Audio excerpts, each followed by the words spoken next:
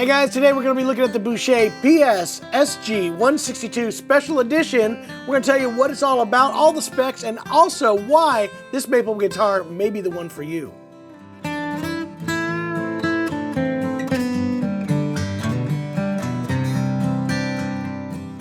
Welcome back to the Acoustic Shop channel. We are glad to have you with us today. We're going to talk about a very special guitar. Before we do that though, make sure to hit that subscribe and like button. And as always, you can find a full performance with this guitar and that guitar, Jared. We're going to do them all together. One of my favorite Ian Tyson songs, The Summer Wages. It'll be great. Let's go ahead and jump right into the specs on this guitar, Jared. This guitar is a beautiful maple Dreadnought that has a price tag of $55.79. It also has an Adirondack or red spruce top in a quadruple A grade. 4 A's? That's 4 A's, yes, that is correct. Special edition curly maple, it is absolutely beautiful.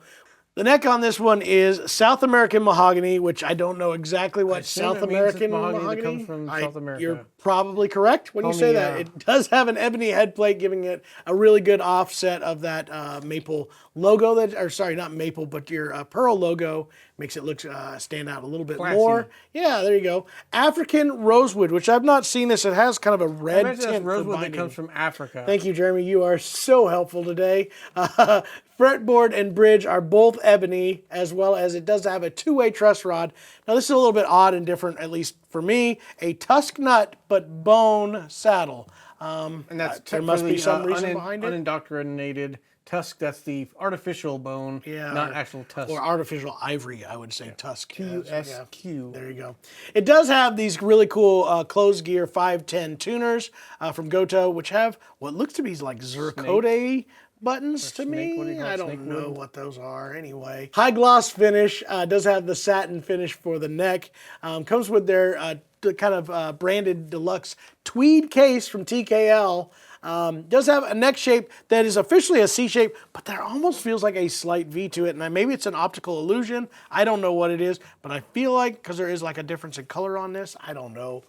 Feels like there's a V shape to it. South American mahogany is what it is. It messes everything out. Now this is a special edition guitar, so it does have these super highly figured back and sides, which is actually that in the designation says PS, and originally it meant private stock, but they got in big trouble from PRS and told you can't use that term private stock, so they changed it later on. So now it's just a PS because that's what the model is. It doesn't mean private stock, I guess. Superior quality tuners, obviously with those 510 tuners, that's what they're doing. And they have the exotic wood bindings. Just has some extra elements that just make it a little bit more dressed up, making it a special edition guitar. It is not a private stock guitar. Sorry, Mr. Smith. I'm going to get in so much trouble for that. And we're probably going to get a cease and desist letter just for that. We get those every day. It's just for the videos that we put out. So please stop doing that. We'll take legal action if you continue to put out videos. Now, it's a beautiful guitar. You can tell it is above the standard on the wood selection alone. It's been kind of fun to talk to both Guillaume and Robin. And they're really making a move into maple. What's really fun to talk with them is because they have that French accent. Yeah, well, that's too. It's always fun to talk to them. There is something to be said there. They're definitely making a move on maple, and maple has been known to be a very bright-sounding guitar. It doesn't have a whole lot of fullness and depth to it, and I think they've taken that on as a challenge because they've brought us a few things, including the guitar that you're holding, which is in their new Torified series, yeah, that is absolutely beautiful as well and sound great. And I got to tell you, I think they're onto something. Between the changeover of their molds and some of the voicings that they're doing, they're making maple a viable option. And it's funny because they asked me about a Dreadnought in maple, I guess it's been about a year and a half ago, and I was like, guys, I don't know. And they're like, trust me, you're going to love the sound of it. And I'm like, I don't know. It's going to be hard to convince the traditional stalwarts that just sit around and go, it's got to be rosewood. It's got to be mahogany. It's got to have a square peg head. It's got to, the stuff that we hear every single day. I think that's what sets aside a boutique builder is they're allowed to experiment with different tone woods, zirconia, and some of the really cool ones that we never really ran across in just that traditional rosewood or mahogany world. And like I said, they've really kind of mastered it. They got to use their knowledge and technology to come up with great sounding. And I think you get a bottle of maple syrup with every guitar. That's Canadian. every Canadian guitar, actually. I believe they do that. The thing about this, though, is this is such a surprise. It really is like a guitar that I think all of us Got all that guitar mahogany players, punch to it. we love that high-end sparkle and that sizzle that maple can give you. There's this high-end that's just beautiful, that just extends way beyond any other guitar that I've ever heard. Yet it's always been known to just not have those low mids and the depth. And to kind of combat that, that's what they would do, is huge bodies to do that. But like you're holding an OM, I played that one as well. There's a new depth and the voicing that they're doing, and they're getting huge bottom end without, getting, overcomplicated overtones. There's just something that is happening here. And I gotta say, guys, I would play this guitar live. I love it.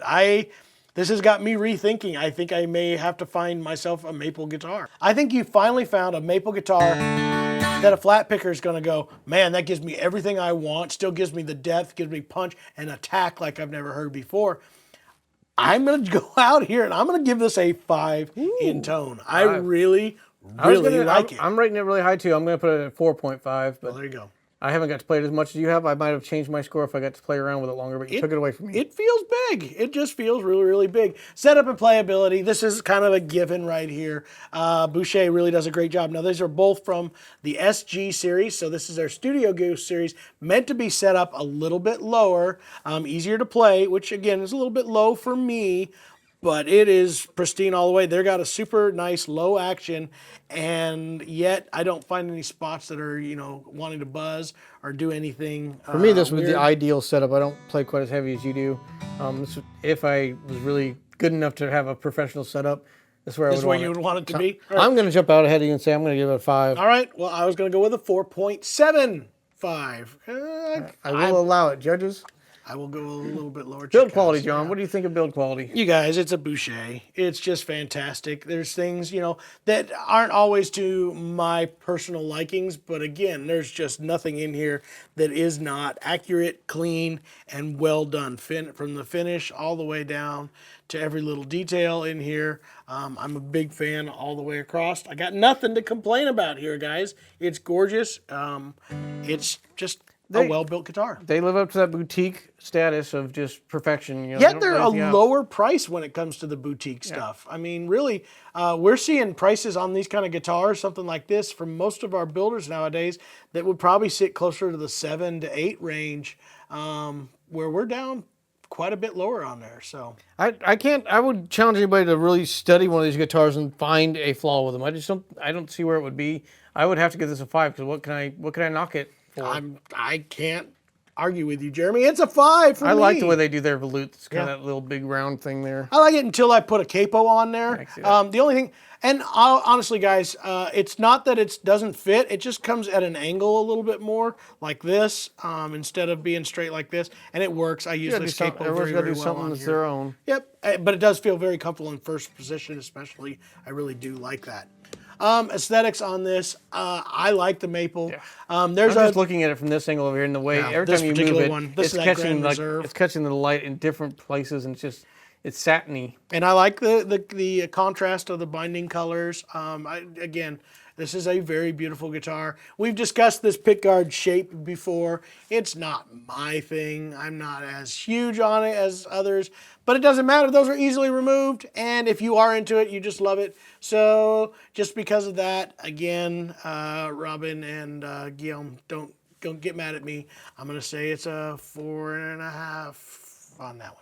I would do the same. I think beautiful looking guitar. That maple is just gorgeous. I would pick the appearance of that if I'm going for appearance over rosewood or mahogany, unless I'm doing like a Brazilian or something.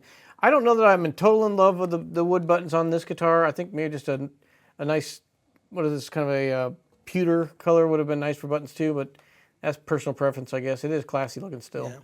But overall, the guitar in general, I'd say 4.5. Easy. There you go. I believe we don't have any specific marks as to what its but I do know maple in general is a very sustainable hardwood. So that is especially in Canada. I mean, they got maple everywhere. They got leaves everywhere. They got Canada leaf maple things everywhere. There's got to be so much maple. You know so much about Canada, John. I just can't listen to you. So I would assume, but we'd need to confirm that this is a sustainably harvested one. I would venture to say it is. We still will plant 5 trees until we confirm that, because this one was a custom order that is already sold. It's already by the way. long gone. But Yeah. we're going to talk to them. I know that Martin has got a new maple guitar. Maple's kind of the new cool wood, but it is about sustainability, so I would assume that's the same case here. But we are going to go ahead and err on the side of caution until we confirm those stats and we're going to plant 5 trees for this one guitar right here. 5. So much maple syrup. Overall value, again, I find that they're doing a lot of boutique level stuff, super high end North stuff American build. in a North American build that is actually not overly priced, and I think it really does stack up well price wise to anything that we've ever had in here. So again, I'm gonna give it a 4.75. I'm going to push it and go with a 5 points right here, guys. Buddy. In that same price range, I think you're getting a lot of extras, specifically in this one with the postscript model. It does have some of the finest tone woods I've seen, and the appearance of them is gorgeous. And I know those guys up there they really select wood, and they're obsessed with their wood selection and picking out the finest appearance and also tone woods.